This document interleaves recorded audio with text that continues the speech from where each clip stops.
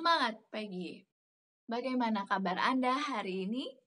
Kiranya kita semua tetap dalam perlindungan Tuhan dan dipenuhi dengan rasa syukur. Saya sangat bersyukur begitu banyak kepada Tuhan untuk perlindungan yang telah Tuhan berikan bagi kami semua. Karena kami telah selesai melakukan acara survival selama 4 hari 3 malam. Saya sangat berterima kasih Tuhan mengasihi kami melalui kakak-kakak pembina dan juga orang-orang lain yang turut mendukung. Ketika kami semalam, kami disuruh untuk berkumpul di gereja pukul 19.30, kami semua beserta dengan peserta yang lain mulai merapikan barang-barang yang sudah ditetapkan untuk dibawa. Dan ketika upacara pembukaan telah dimulai, para kakak pembina mulai memeriksa apa saja barang bawaan kami dan mulai mensortir hal-hal yang tidak perlu dibawa. Lalu kami dibawa menggunakan satu mobil pick up. Kami terus berjalan menyusuri setiap jalan raya hingga tiba di tempat pos pertama di mana kami akan dilepaskan sendiri-sendiri untuk melewati hutan yang cukup gelap. Kami sangat khawatir juga karena beban yang kami bawa ini begitu berat. Sedangkan dari pos 1 untuk ke pos 2, jalannya itu terus menanjak. Dan di setiap pos kami diajukan pertanyaan-pertanyaan dan seputar Alkitab yang kami harus jawab. Malam itu kami tiba di pos yang kedua. Kami selesai melakukan tugas dari pos pertama dan di pos kedua adalah waktunya bagi kami untuk beristirahat.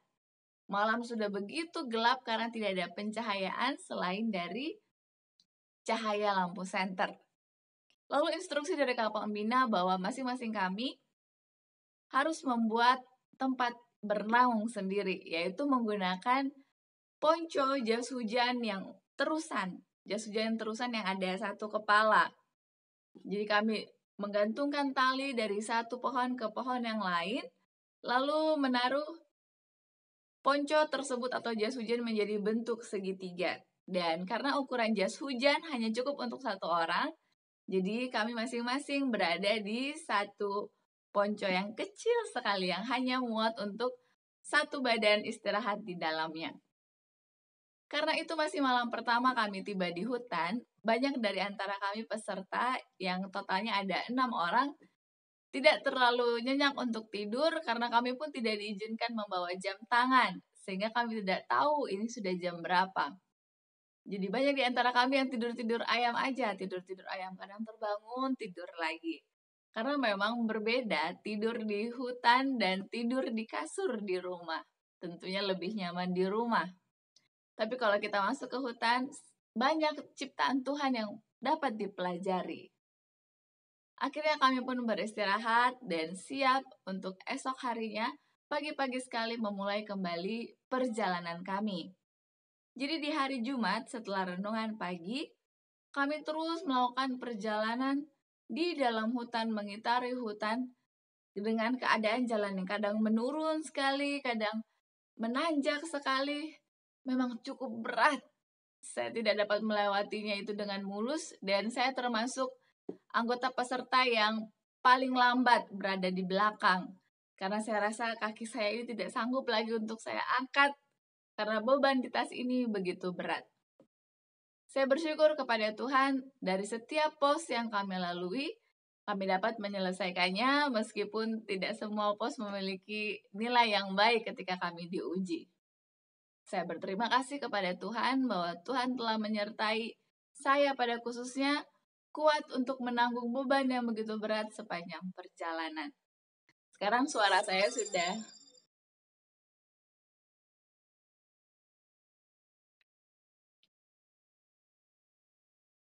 cek sound. Menanggung beban yang berat sepanjang perjalanan. Kalau Anda bisa perhatikan bahwa sekarang suara saya sudah suara alto banget, karena memang badan ini rasanya remuk, sudah pegal-pegal, lecet di mana-mana. Tiba-tiba saya lihat kaki saya sudah lebam-lebam kecil-kecil, mungkin karena tidak tahu lagi tidur di alas yang penuh, kadang ada batang pohon yang belum selesai dipotong sampai dasar, ada batu-batu yang keras. Jadi memang tidak mulus, datar sekali tempat tidur.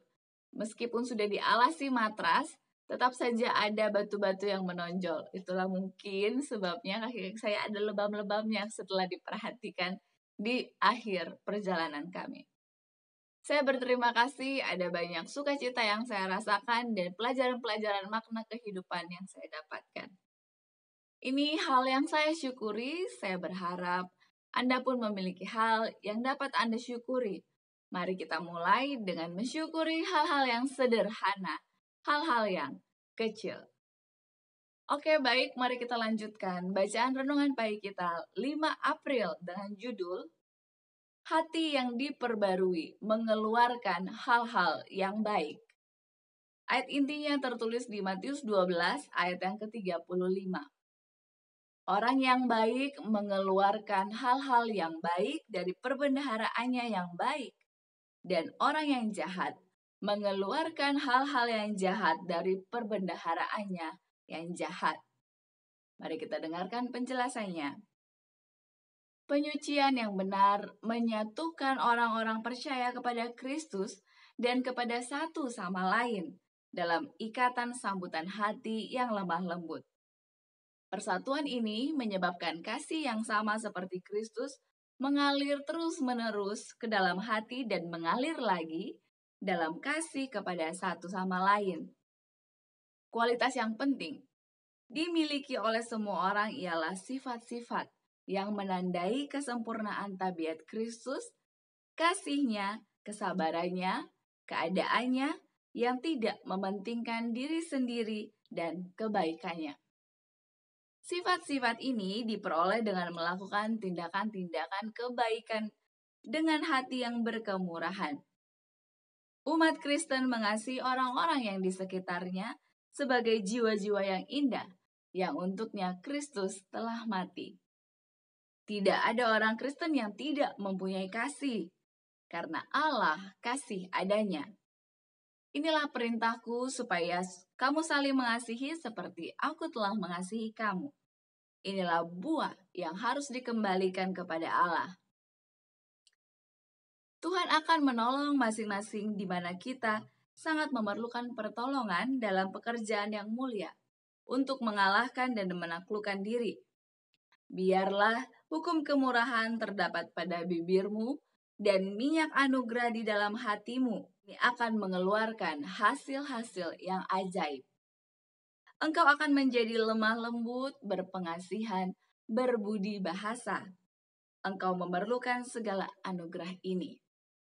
Roh suci mesti diterima dan dimasukkan ke dalam tabiatmu, kemudian itu akan menjadi seperti api yang suci, mengeluarkan dupa yang akan naik kepada Allah, bukan dari bibir yang mencela, melainkan sebagai suatu penyembuhan jiwa-jiwa manusia.